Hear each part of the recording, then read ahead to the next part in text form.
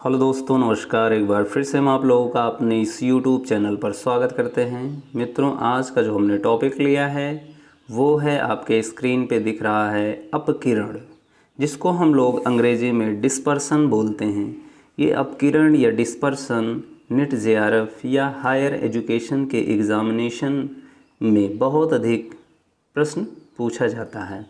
और आज हम इसके अंतर्गत ये बात करेंगे कि डिस्पर्सन होता क्या है, और जो स्टूडेंट्स नेट जेआरएफ दे रहे हैं वो इस वीडियो को ज़रूर देखें। यहाँ से बहुत सारी चीज़ें आपको कवर करने वाले हैं, ठीक है।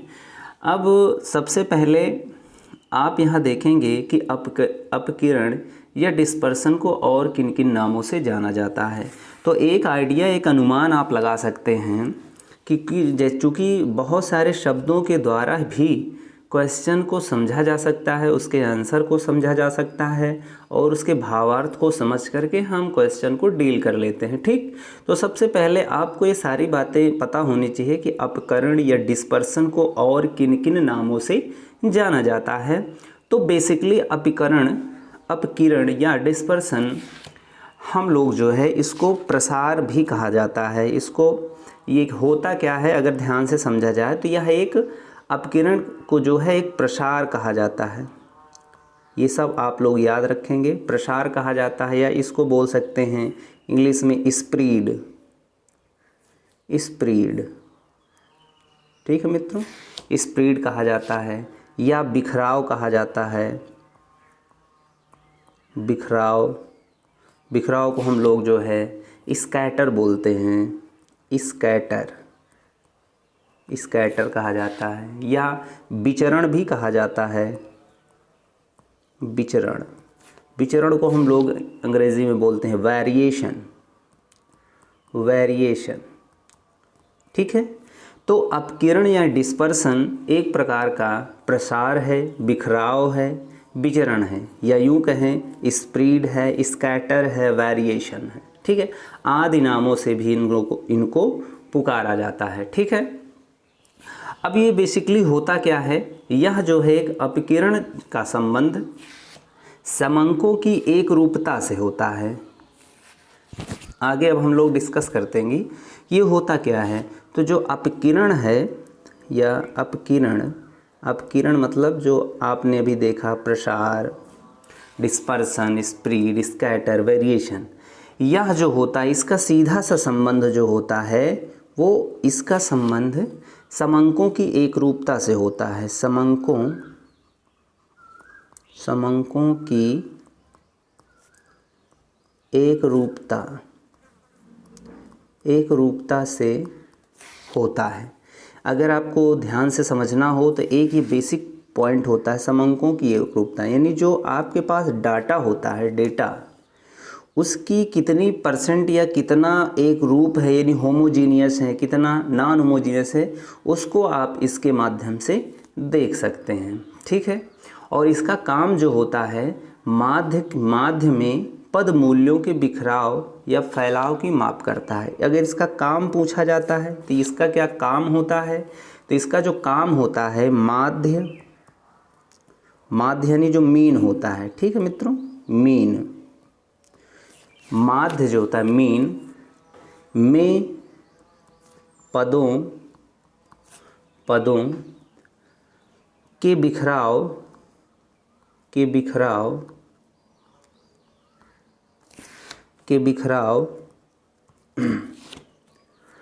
या फैलाव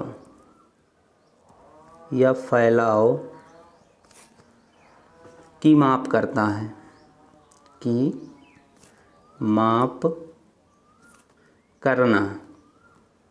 करना होता है, ठीक है।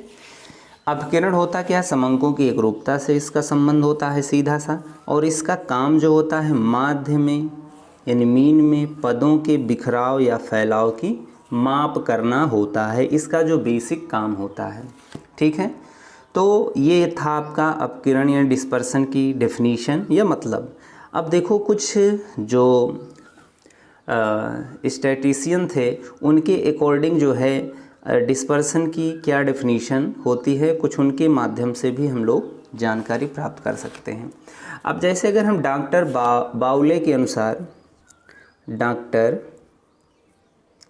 बाउले। इनके अनुसार अगर हम देखें कि डिस्पर्सन की डेफिनेशन क्या होती है, इन्होंने कहा है कि अपकिरण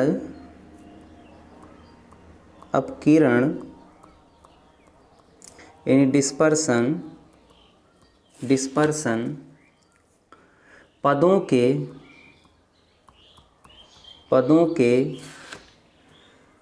विवरण या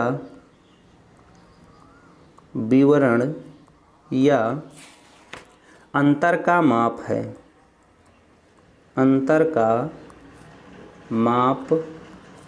है।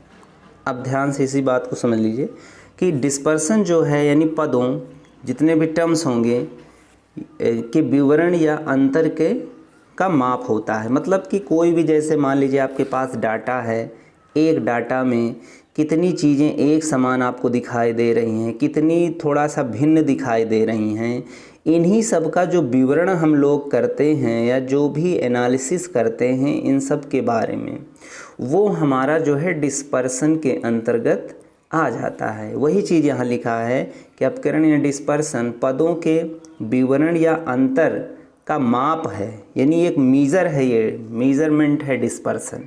यानी डिस्पर्सन के द्वारा जो है हम किसी भी डेटा के पदों यानी टर्म्स में यह एनालाइज करते हैं कि कितने टर्म्स एक तरीके के हैं, कितने टर्म्स दूसरे तरीके के हैं, या दिए गए पूरे डेटा में कितना अंतर आ रहा है, कितना अंतर नहीं आ रहा है। यही सारी चीज़ें, यही सारे पदों की जो मेज़रमेंट होता है उसे हम डिस्पर्सन यानी अपकिरण या विक्षेपण के द्वारा जो है हम चीज़ों को इवेल्युएट करते हैं। तो इसके अंतर्गत अगर हम बात करें कि इसका जो उद्देश्य और महत्व है उसके बारे में अगर हम थोड़ी सी चर्चा कर लें तो ज़्यादा बेहतर होगा। यानी अगर हम डिस्पर्सन के महत्व की परिचर्चा कर लें तो ज़्यादा बेहतर होगा। अपकिरण के माप के उद्देश्य एवं महत्व, उद्देश्य एवं महत्व, उद्देश्य एवं महत्व के बारे में हम लोग डिस्कशन कर लें। अब जैसे डिस्पर्सन का उद्देश्य क्या है, सबसे पहले हम उद्देश्य के बारे में बात करते हैं। उद्देश्य, तो डिस्पर्सन का उद्देश्य क्या होता है मित्रों? जैसे माध्य की विश्वसनीयता का पता लगाना। पहला उद्देश्य जो है माध्य के विश्वसनीयता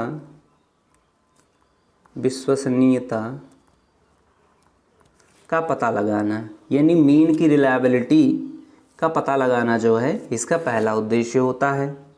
दूसरा होता है मित्रों दो या अधिक श्रेणियों में विचरणशीलता की तुलना करना।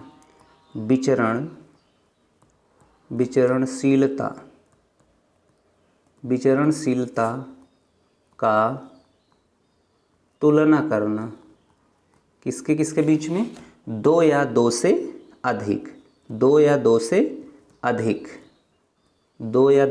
अधिक श्रेणियों में विचरणशीलता की तुलना करना होता है।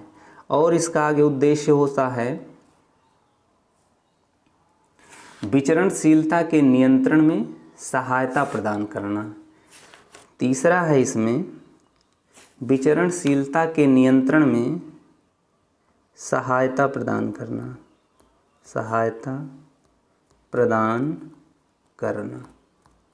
ठीक है, विचरणशीलता के नियंत्रण में सहायता प्रदान करना। और ये जो लास्ट यानी चौथा होता है, और अन्य सांख्यिकीय मापों के प्रयोग हेतु अन्य सांख्यिकीय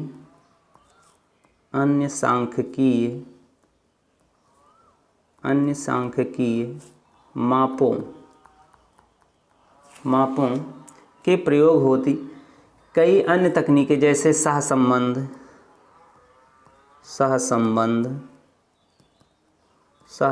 हो गया, आपका प्रतीप गमन विश्लेषण हो गया, विश्लेषण, प्रतिबिंब मतलब रिग्रेशन हो गया, आपका कोरिलेशन हो गया का विश्लेषण, परिकल्पना परीक्षण हो गया, परिकल्पना परीक्षण हो गया, हाइपोथेसिस टेस्टिंग में हो गया, उत्पादन तकनीक हो गया, उत्पादन तकनीक हो गया, लागत नियंत्रण आदि में जो है इसका हम लोग इस्तेमाल करते हैं। यानी इसका उद्देश्य प्रमुख रूप से ये होता है, ठीक है। और अगर हम यहाँ पे बात करें कि डिस्पर्सन ज्ञात करने की कौन कौन सी विधियाँ होती हैं, डिस्पर्सन ज्ञात करने की विधियाँ, यानी विधियों के बारे में अगर हम बात करें, विधियों के बारे में, विधियाँ, ठीक है। डिस्पर्सन यानी methods of measuring dispersion, methods of measuring dispersion कौन कौन से होते हैं। तो इसमें सबसे पहली जो विधि होती है, सबसे पहली विधि होती है सीमा रीत। इसमें पहली जो विधि होती है सीमा रीति, सीमा रीति को अंग्रेजी में बोलते हैं method of limits, method of limits, ठीक है। तो ये पहली मेथड या रीति हुआ। अब इसके अंतर्गत क्या क्या चीज़ें हम लोग इवेल्युएट करते हैं। सीमा रीत के अंतर्गत आप इवेल्युएट करते हैं विस्तार, यानी परास जिसको हम लोग बोलते हैं, या प्रसार भी बोल देते हैं, परास बोल देते हैं या प्रसार बोल देते हैं। इसके अंतर्गत यानी उसका रेंज जैसे निकालते हैं किसी भी डेटा का, वो इसके अंदर कैलकुलेट किया जाता है। दूसरा अंतर चतुर्थक विस्तार, अंतर चतुर्थक विस्तार, इसको हम लोग अंग्रेजी में बोलते हैं inter quartile range, inter quartile range, यानी परास या प्रसार रेंज इस सीमा रीत के अंतर्गत निकाला जाता है। अंतर चतुर्थक विस्तार का भी जो है इसी मेथड के द्वारा हम लोग डिस्पर्सन निकालते हैं, जिसे इंटर क्वार्टाइल रेंज कहा जाता है, ठीक है मित्रों। और एक तीसरा इसी में जो है हम लोग इवेल्युएट करते हैं, उसका नाम है शततमक। तीसरा है हमारे पास शततमक, जिसको हम लोग जो है अंग्रेजी में बोलते हैं परसेंटाइल, परसेंटाइल, ठीक है। ये भी हम इसी मेथड के अंतर्गत इवेल्युएट करते हैं। अच्छा, अब दूसरा जो नियम है इसमें, इसके अंतर्गत, उसके अंतर्गत हमारा जो है विचलन माध्य रीति होता है, विचलन माध्य रीति।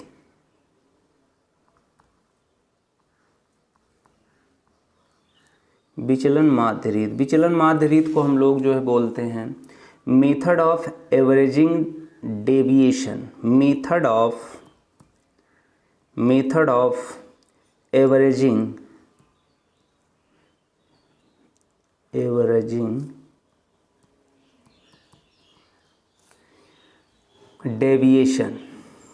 डेविएशन, ठीक है। तो ये हमारे पास अगला मेथड होता है। इसके अंतर्गत हम लोग क्या बात करते हैं, इसके अंतर्गत हम लोग ये बात करते हैं मित्रों, जिसके अंतर्गत जो है क्वार्टाइल डेविएशन होता है,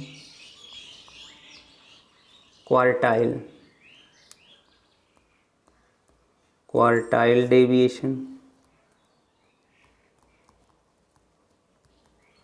क्वार्टाइल डेविएशन, जिसको हम लोग हिंदी में बोलते हैं चतुर्थक विचलन की वैल्यू निकालना। माध्य विचलन यानी मीन डेविएशन, मीन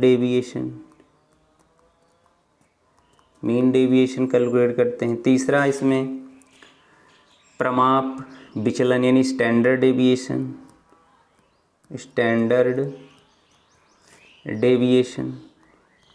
ठीक है। चौथा है अन्य माप हो सकते हैं और भी इसी तरीके से अदर डेविएशन होते हैं, या मीज़र्स भी बोल दीजिए। तो इसके अंतर्गत ये सारी बातें हम लोग निकालते हैं। एक इसमें तीसरा मेथड होता है मित्रों, तीसरा मेथड होता है इसके अंतर्गत, ये बहुत कम लोगों ने नाम सुना होगा, बिंदु रेखीय रीति। बिंदु रेखीय रीति, इसको हम लोग अंग्रेजी में बोलते हैं ग्राफिक मेथड। ग्राफिक मेथड, यानी ये तीसरा जो है डिस्पर्सन का मेथड है। इसमें सबसे बहुचर्चित एक होता है लॉरेंज वक्र। लॉरेंज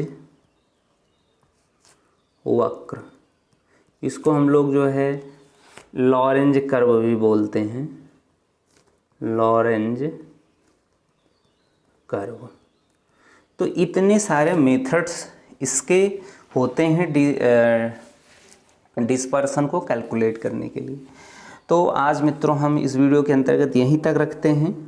फिर हम लोग क्रम वाइज से टाइम टू टाइम आपके लिए जो है हम ये जितने भी मेथड्स हमने यहाँ पे लिखे हैं उनके बारे में बिंदुवत जो है विस्तार पूर्वक एग्जाम्पल के द्वारा हम लोग बढ़िया से एक एक वीडियो के अंतर्गत उसको कवर कर लेंगे, जिससे कि आपको संपूर्ण नॉलेज आपके पास हो जाए। तो तब तक के लिए मित्रों धन्यवाद, नमस्कार, जय हिंद।